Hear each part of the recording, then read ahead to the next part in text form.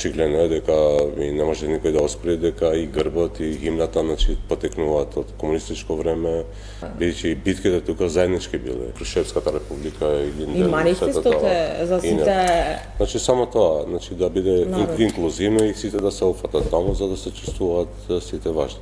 У Крушевска република, тоа приказните, тоа станете комши ти реков ми рече, тоа е фейкован документ 30 години после востанието. Второ, немој сега муабетиве инклузивност, не осликува историјата и така натака, заради тоа што Башибозукот правил зулум, а не се тепале со турците. Трета работа, химната на Република Албанија ти се свиѓа? Затоа што химната на Република Албанија е комунистичка. Од време на Енвер Хоџа. Зашто таму нема иницијатива да се промени? Зашто да се смени па така зашто е комунистичка? Па зашто да не смени Албанија? И таа е комунистичка. Таму поише македонци учествувале таму у било какви борби, него што учествувале албанци на оваа страна. Имало Охридско востание кај што учествувале албанци, тоа не е спорно. Меѓутоа поише македонци учествувале на таа страна, што денес се нарекува Албанија, за ослободување на тие територии.